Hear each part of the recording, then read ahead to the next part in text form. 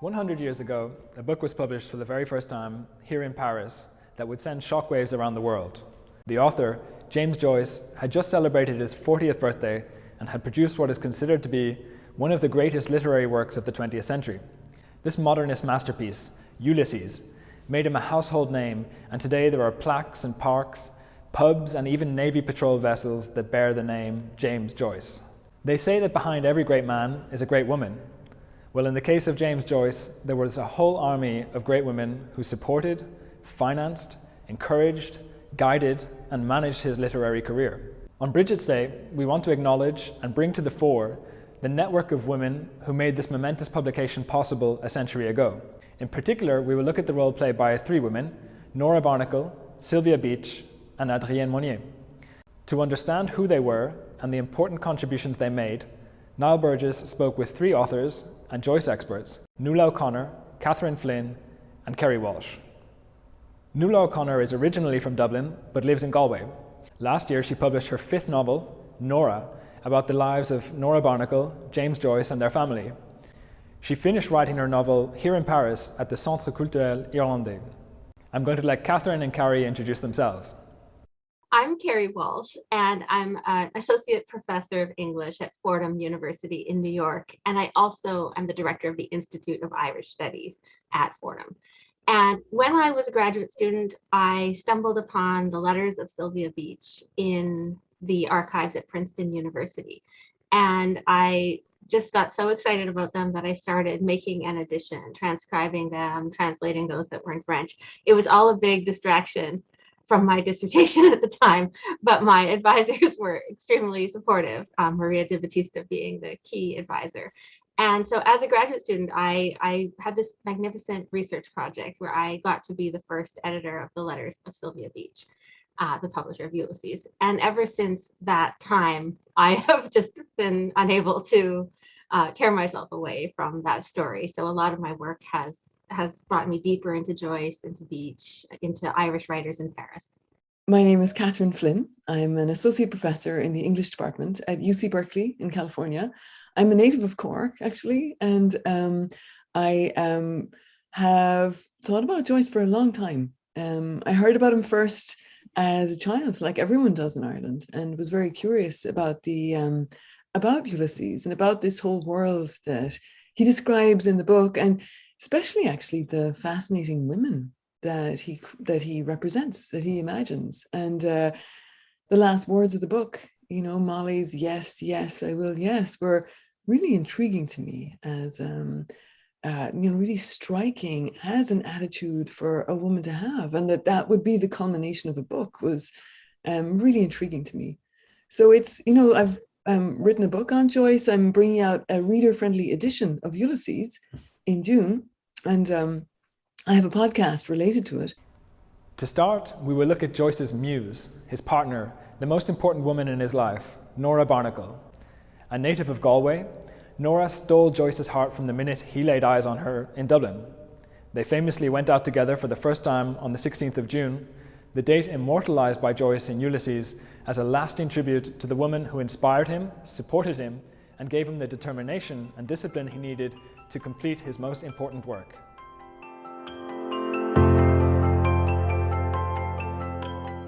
We've known for some time that this extraordinary book, Ulysses, whose centenary we're marking now, just wouldn't exist in its final form without this extraordinary woman, Nora Barnacle, Nora Joyce. And I first encountered her in Brenda Maddox's great biography, also called Nora. And Maddox says in the biography, she says, Nora was ordinary. Nobody who loves Joyce will underestimate what that conveys. She was amusing, passionate, courageous, spontaneous, and articulate. She talked and talked. Joyce listened and listened and put her voice into all his major female characters. We're in a great time in scholarship, really, where all kinds of figures who were marginalized in the past are now, you know, examined, given the attention that they deserve. You know, the fashion in the 50s and 60s was to lionize individual men, you know, to celebrate them as geniuses who created themselves out of nothing in a way. And That's still the way people can think about Joyce. But there's a lot of interest in reconstructing the networks that made Joyce's work possible. Nora was an alternative, a powerful alternative to the kinds of women that Joyce knew up till that point. So Joyce knew respectable women, and he knew prostitutes. As a very young man, this is a little shocking. As a teenager, he was visiting prostitutes, and so Dublin was a very regulated place. Any respectable woman was unavailable until, physically until marriage. Nora arrived from Galway as a young woman already with experience, who'd already had lovers, who was, would go into town with her friend dressed as a man. She was a wild girl and very adventurous and headstrong and sensual, deeply sensual. And so she was someone who was from a totally different environment, not constrained by the kind of, bourgeois mores of respectable Dublin. And she was ready to go off with him after, they knew one another about, it was a very short period of time, to head off to Europe with him. So this was someone who was capable of seeing life as an adventure and a sensual adventure. Another important aspect of her was that she was non-intellectual or anti-intellectual. And that was great for Joyce. She was earthy, sensible, robust, and also not, there was no danger of her falling into his intellectual orbit, or into his, being drawn in by his gravitational pull, as many people were. Everyone, he was the smartest person in the room most of the time, or maybe all, who knows. But so she had a different kind of intelligence, and that was refreshing and energizing for Joyce, and also gave him something to kind of fight against, something to feel dominated by to some extent. And that Joyce was not interested in the traditional marriage of a subservient wife, a quiet woman in the kitchen. That's not what he wanted. So he was, as his biographer Elman said, a man who throve on flurry. He liked to have shallow roots and to be always on the move and to be sort of giddy. But you can't really write books that way. So Nora had to ensure that he had the time to get the words down on the paper. And so she guarded that end of things. People understood him. They understood his nervy, sort of sensitive mode, and they understood Nora's sort of earthy pragmatism was the perfect foil to Joyce, and how she steadied him and helped him. She was the perfect wife, actually, for a literary individual like Joyce. Joyce was working on one of the episodes of Ulysses he had a suitcase, and he'd put the suitcase on his lap and sit in an armchair and be writing. And Nora had to get out of the room in the afternoon. And on one occasion, she found a record store, like a phonograph store, and she went in there and she listened to opera records all afternoon. And so I think, to me, that was such a moving anecdote, because it reminded me of the bond that James and Nora had through music, and that, it really, I think it's just not true that Nora Barnacle was some illiterate, woman who didn't understand culture. I think she had a bit of a performance of resistance to avant-garde literature, and all of those funny jokes about how she didn't, see why her husband couldn't write a book that people could understand. Obviously, that was sort of part of their dynamic, but she was an extremely sensitive, emotional, cultured person. The next two women we will learn about are Sylvia Beach and Adrienne Monier, two bookstore owners based on Rue de l'Odéon here in Paris. Their street became a point of convergence for the many modernist writers and artists living in Paris at the time. Sylvia Beach was the American owner of the iconic Shakespeare and Company bookstore, which became a home away from home for authors such as Ernest Hemingway, Ezra Pound, Gertrude Stein, F. Scott Fitzgerald, and of course, James Joyce.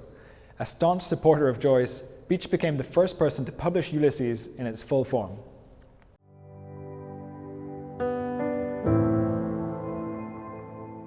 the novel wouldn't exist if we didn't have Nora's voice captured so comprehensively by Joyce through the novel.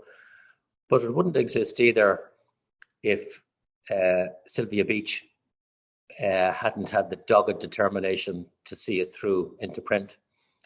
And then we have also in Paris Adrienne Monier, who oversaw the first French translation in 1929. And those two women, we have this group of extraordinary women who are present in the book and feature quite prominently in the novel. You describe, or rather Nora describes Beach and Monnier as clucking around Jim like mother hens, making sure his nest is comfortable and he has all he needs to write.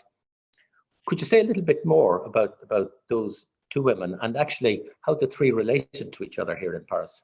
Yeah, so Joyce respected individualism, as we know. He himself was individualistic, as was Nora. She was a bit of an Edwardian maverick, you could call her. And he saw the same quality in Beach. They met in Andre Spear's house at a party. Joyce was quite nervous that day. There was a dog barking in the vicinity and he didn't like dogs. He said he was bitten by one as a child and just didn't like them. He gave Beach a limp handshake, but she was already enthralled with Joyce because she had been reading his writings in little magazines and she read Portrait of the Artist. So this was 1920. She explained to him that she had a small English language bookshop and she invited him basically to come round. So really Shakespeare and Co. was more like a social centre. It was a library in that Beach lent books to people as long as they brought them back in decent enough condition for her to sell on. It was also, I think Kevin Birmingham described it as a thinly monetized social centre, which I think is a great phrase. So writers and readers gathered there and Sylvia was like their, almost like the mother hen, minding them all. So it was a mix and gathering of a place, a salon, a post-dress stand. They could receive their mail there. So instantly Joyce had this very useful outlet to call his own. He was having a terrible time getting published. He had trouble with not just publishers, but printers who refused to set the type of things that he wrote in case of being sued, for example, with his collection Dubliners, and also with reviews. His books were thinly reviewed, shall we say. So he wasn't getting a great support from outside. So this was a great support place that he found in Paris. And I suppose Sylvia Beach got the idea for publishing from Adrienne Monier, who was already publishing books out of her French language bookshop. And when Joyce was in mithering and moaning that nobody would publish Ulysses in a full volume, it was already coming out in the little review in Serial in the US. Sylvia said, would you do me the honour of letting me publish it? And suddenly this small bookshop that's also a social centre becomes also a publisher. Little did she know she was publishing or going to publish one of the most famous books of all time. And so they had this bizarre situation where they didn't have a contract, but Joyce was to get 66% of the royalties. The book was 3.5 pounds in weight. It's 732 pages, I think. This enormous thing. So Beach had to decide how to sell it. She decided to sell it as 1,000 copy limited edition, special edition. And so she had to kind of get sponsors, in a sense, to buy it, people to commit to buying this expensive book. So it became an object of desire. And she did it, like astonishingly, she did it and supported this man and his family. They kind of used the till in Shakespeare and Co. as sort of like a petty cash box. And Joyce or Nora would send the children down to borrow money, sort of advances against royalties, but obviously they took so much money. I don't think Beach made any money off Ulysses in actual fact, which is astonishing in its own right. And then we have Sylvia Beach, a young enthusiast for French poetry. She is coming from America. She has had this sort of youth that has been a bit aimless, sort of in a kind of E.M. Forster, traveling around, going to Florence, going to Spain, just like following her family and friends around Europe, like a sort of well-heeled young lady. And she's just really done and bored with it. And she wants something more for her life. So she volunteers to work as a farm worker in France. She goes to Serbia with the Red Cross. She's trying to just break out of that kind of young lady mode. And she sees the best chance for her to do that when she meets Adrienne Monier. And she sees the life that you could have if you were a bookseller in Paris, this life of intellectual stimulation, of being able to be at the heart of the culture. And so with Adrienne's encouragement and with some support from her own mom, she puts together her own bookstore, totally mentored by Adrienne every step of the way, even to finding the premises, to the first customers. You know, it really is a group effort between the two of them. And so by the time we reached the date that you mentioned, the party where James Joyce meets Sylvia Beach for the first time, there's just a beautiful infrastructure to support some kind of massive literary project. And I think the way that Sylvia Beach became the publisher of Ulysses was perhaps slightly more holistic than we sometimes think. You know, she tells the story in her memoir, saying she saw Joyce at the party, he was so exhausted, she jumped in and said, "Let me publish Ulysses." But it seems like there was a bit more of a dance. You know, in earlier versions of the memoir, she had said she had heard that they were looking for a publisher for Ulysses. Pound was certainly looking for someone to do it. So I think she sort of knew that this project might be coming available and that she was very well positioned to do it as someone in Paris. She had followed the little review trial and the struggles of Harriet Weaver to publish the books in America and England, and she knew that wasn't really it wasn't really going to happen, but that she could make it happen. So I think she just saw this rare opportunity for herself, and you know, it was partly idealistic and partly her own ambitions.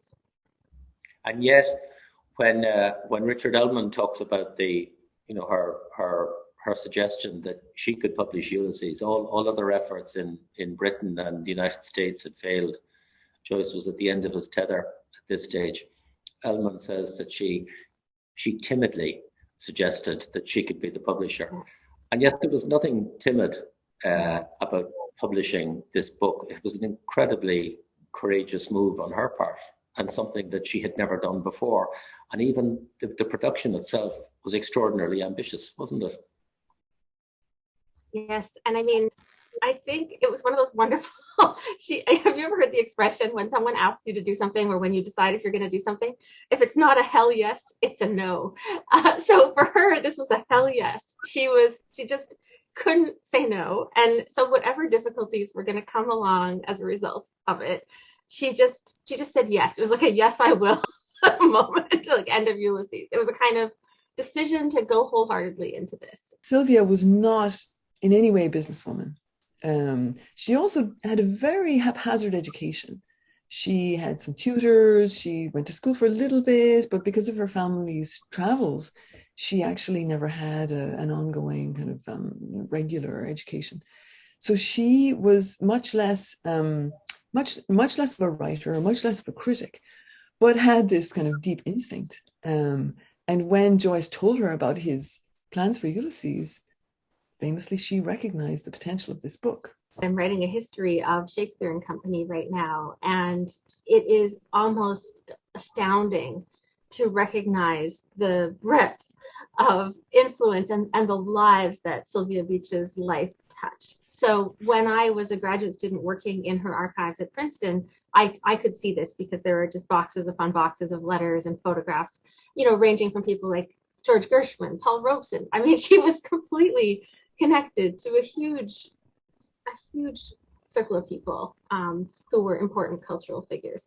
And so Ulysses, I think, was the sort of galvanizing force that allowed her to hold that kind of position. Her determination and her kind of achievement in publishing Ulysses was the magnet that started to draw more and more people to her store.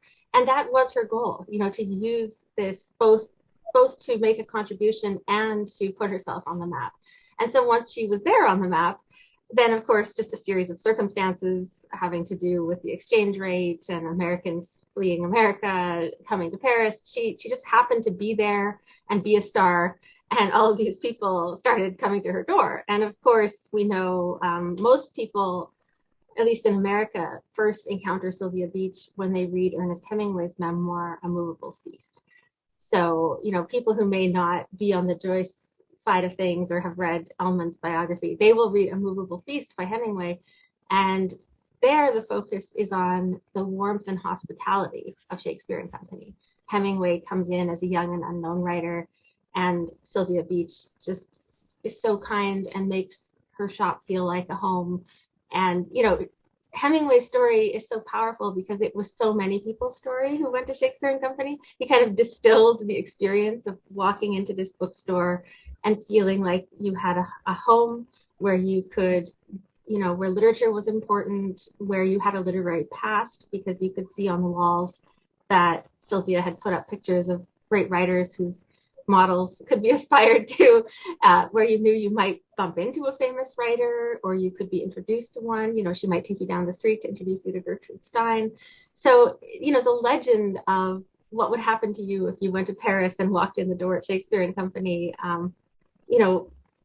that became for people one of the most important things about expatriate Paris. And I think it was Malcolm Cowley who said in Exile's Return that if an American coming to Paris would first stop off to get some banned booze because it was prohibition, and then come to Shakespeare and Company to get some banned books. So it was very much part of the kind of mood of rebellion and sort of reinvention of culture after the First World War. J'étais très émue de voir ce grand écrivain, notre plus grand de langue anglaise. Il était très amusé par le nom de ma librairie, Shakespeare and Company. Il est venu très souvent. Il m'a raconté comment ses éditrices américaines avaient été arrêtées par la police de New York et traînées devant le tribunal pour avoir publié Ulysse. Ce livre étant interdit en Angleterre, il ne restait qu'à le faire paraître en France. C'était obligatoire, notre chef-d'œuvre. Naturellement, en France, le seul pays où l'on pouvait exprimer les choses de l'esprit avec liberté. Je n'avais pas un sou et pas d'expérience. Heureusement, Adrienne Monier était là et m'a conseillé. James Joyce l'appelait la conseillère en affaires de Shakespeare and Company. J'ai décidé de faire imprimer 1000 exemplaires. Joyce me disait « Jamais vous ne vendrez un exemplaire d'Ulysse, ce livre si ennuyeux. » Adrienne Monier was a gifted writer, an editor, a bookseller, a publisher, and a salon keeper based in Paris. From her home and bookstore on the left bank of Paris, Monnier was at the center of an international intellectual network. She was one of the first women in France to establish a bookstore, which she called La Maison des Amis des Livres, and she was instrumental in Sylvia Beach's career, and they later became lovers and lived together for almost 40 years. Like Beach, she believed in Joyce, and she played a key role in publishing Ulysses in 1922. 7 years later, she published the first translation of Ulysses into French, thereby catapulting the novel onto the international stage.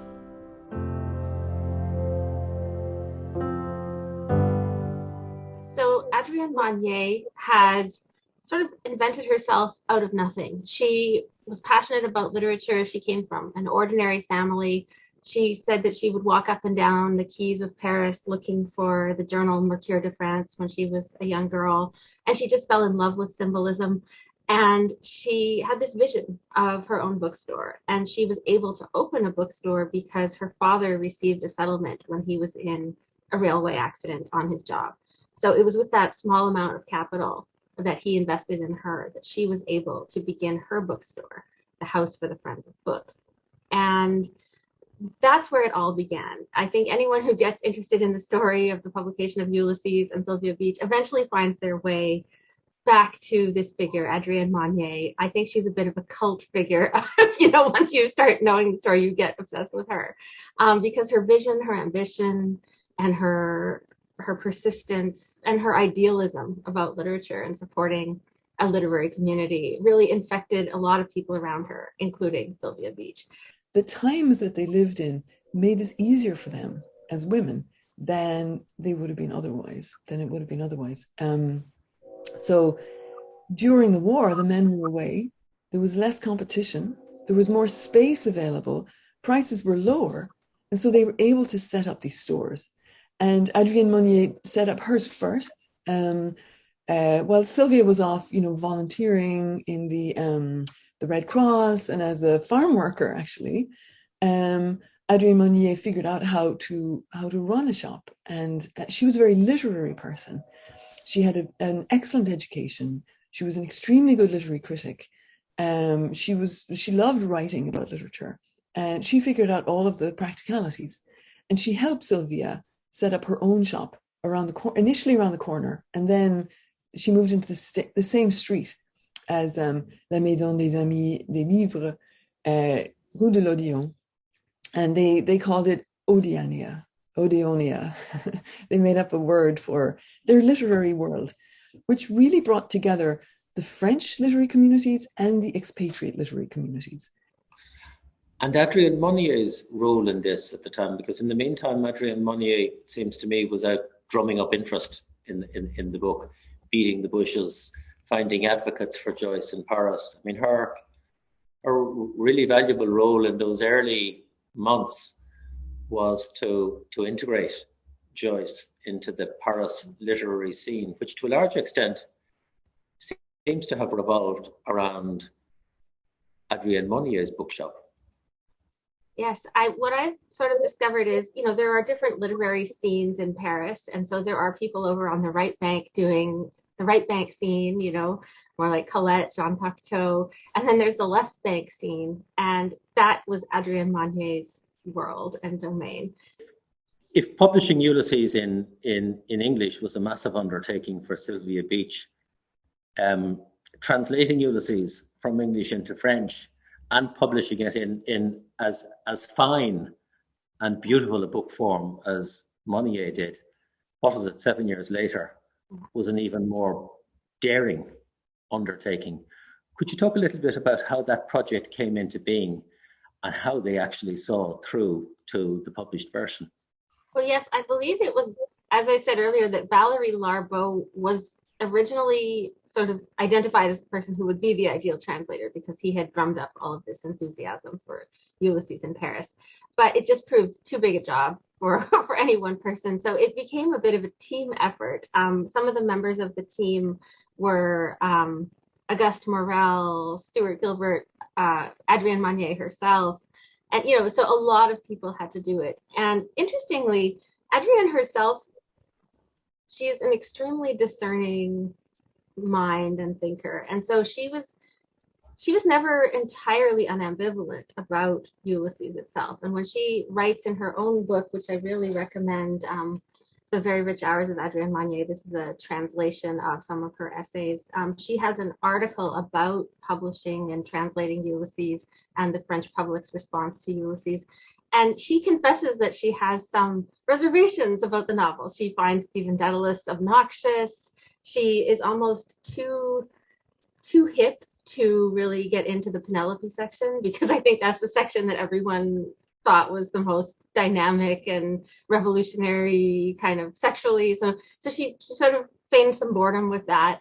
But she really talks about how the novel just kept her entertained along the way with, things like barmaids and like burlesque moments. And then she said that the section Oxen of the Sun has a terrifying virtuosity. So I think that for her, it was more a project that was important to do because she recognized the importance of the novel.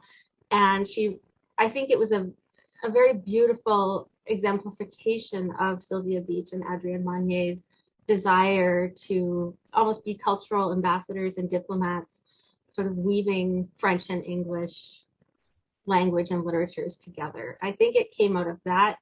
And I think obviously it also came out of her own ambition. She had always tried to do more. So with whatever she had, she always tried to do more. She had her bookstore and then she wanted to start publishing and she wanted to run a journal.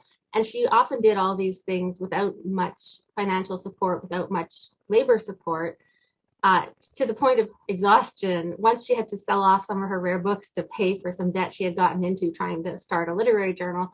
So she just had this natural ambition and desire to do the most difficult thing. And I think translating Ulysses into French and publishing it was that kind of challenge to her.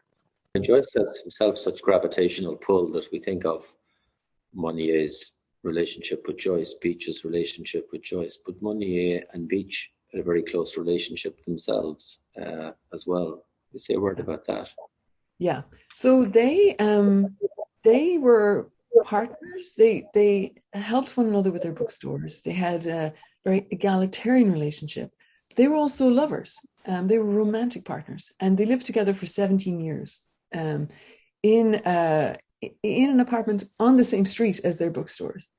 So this is, I think it's a beautiful thing. You know, this is an alternative culture. It's an alternative society, and they saw it that way themselves. They were women who opted out of the traditional roles offered to women. They, you know, avoided marriage. They left their families. Sylvia was under a lot of pressure to go back to America, a lot of pressure from her mother, which she refused. They were also helped by their families. Both Sylvia and Adrienne got money from their parents to set up their stores. Sylvia got $3,000 to set up Shakespeare and Company, which is a huge amount of money at the time. But they were part of, they were not the only queer women living in the left bank. There were many, and many of them were expatriates as well. They were Americans living abroad, and so this was a place that was accepting of different lifestyles, and that more than accepting, they actually established an important literary culture, and their values in establishing these bookstores were very interesting. They were not geared towards profit. Actually, they wanted to share books, and Adrienne Monier's bookstore is referred to as, this is amazing, the first lending library of France. I mean, I still can't really believe this, but so there were reading rooms in libraries. People could go and read books, but lending libraries that were so popular in England and in America didn't exist in France at the time. And so they would actually give people books to bring home, to read, to see if those people loved them. And if they loved them, they would buy them. It's a very, very different attitude to running a bookstore. Quand j'étais gosse, je voulais être écrivain. Voilà pourquoi j'ai ouvert ma librairie par amour des livres. J'avais un appétit de culture extraordinaire. J'aurais voulu lire tout ce qu'on a écrit au monde. Ma première idée a été de faire traduire Ulysse, dès que j'ai su qu'une telle œuvre existait. Mais la tâche était immense et peut-être insurmontable. Notre première tentative de traduction remonte à décembre 1921. Valéry Larbaud lui-même s'était attaqué à un passage très difficile, une scène dans un bar avec deux charmantes barmaids, au style très musical, assez surréaliste. La part de Larbaud a été naturellement très importante, elle a surtout consisté à harmoniser le texte, à le polir, c'est naturel. Tantôt il adoucissait ce qui était dur et forcé, et tantôt au contraire il cherchait à renforcer certains effets poétiques. Comme exemple du premier cas, je citerai un malheureux aliéné au lieu de un lamentable dingo. In closing, we would like to share with you a reading by Nuala O'Connor from her book Nora. The scene takes place 100 years ago today, on the 2nd of February 1922, the day Ulysses was finally published against all the odds. Thank you for watching, and I hope you've enjoyed learning about the woman who made Ulysses. So this is Nora's voice, and it's the 2nd of February, it's Joyce's 40th birthday, and it's the day that Ulysses is being published, 1922. 8 o'clock in the morning, and there's a rap on the door, and Miss Beach carries in the package, like the priest carries his chalice to the altar. Jim is battling tears as he unwraps the book and lifts it out, the blue jacket shining as bright as the Mediterranean in summer. He sets down Ulysses. There it is, he says, here at last. Lucia and Giorgio swoop in, but instead of squabbling as they usually might, they take it in respectful turns to hold the novel and marvel at its size and weight and loveliness. See, it's the colour of the Greek flag, Jim says. The white lettering represents the islands. I stand by Jim, my hand on his shoulder, staring at the book with what feels like a mother's pride. This is Jim's years of work, all bound together and ready for its readers. He put great effort into it. Even when his eyes were at their sorest, he composed the novel in his head. I may not love the innards of it. I may object to bawdy Molly, but I'm proud of him, yes, and honoured to know him and impressed by his labour. And I'm made quiet by those feelings. For all his faults, Jim's an extraordinary fellow, truly, a great writer. Congratulations, Joyce, Miss Beach murmurs. The other copy will go in the window of Shakespeare and Company, and people will throng to see it. And then when the rest of the copies arrive, they'll go like those proverbial cakes, I assure you. How can I thank you, Miss Beach, Jim says. Your courage is phenomenal. She reddens, shakes her head and slips away, telling us she will see us soon. In Ferraris, we order our favourite pasta and polpette, and Jim keeps Ulysses under his chair, and Mr. and Mrs. Nutting and their niece Helen and our friends the Wallaces, and even the waiters are only dying to see the book, but no, Jim won't let them look until the meal is over. This man spent 16 years concocting Ulysses and 7 years writing it, I say, with true warmth. Ye can wait a few more minutes to admire it. They all laugh and we eat our torta al limone, though Jim doesn't take a mouthful, nor did he eat so much as a scrap of this dinner, which means his nerves are jangling for sure. At last, he reaches under his chair and takes out the book and proudly unwraps it to delighted murmurs. It's passed from hand to hand at our table and beyond. The waiters show it to the other patrons, and we raise a toast to Ulysses with our glasses of Saint Patrice, and it's all uncommonly jolly. Then Jim hands the book to me. The first one is always for you, Nora. I take it with care and then hold it up and bounce it. How much will any of you give me for this? Everyone laughs, and I clutch the book to my breast and shake my head. No one will lay hands on it, I tell them. The Wallaces and the Nuttings want to go to Café Weber, and I let the children go with them. But I decide to take Jim home, for without an ounce of grub in his stomach, the wine has made him groggy. You've had more than enough, I say, pushing him into a taxi. Someone save me from these scenes, Jim calls out ruefully to Mrs. Nutting. But we both know he's glad to come home to bed after his most exciting birthday yet. Shouldn't we have gone to the cafe with the others, Nora, he says, his eyes closing and his head tilting backwards. No, Jim, I say. He leans into my side and yawns. A good day, Goosine. Yes, my darling, I say, a very good day. Thanks.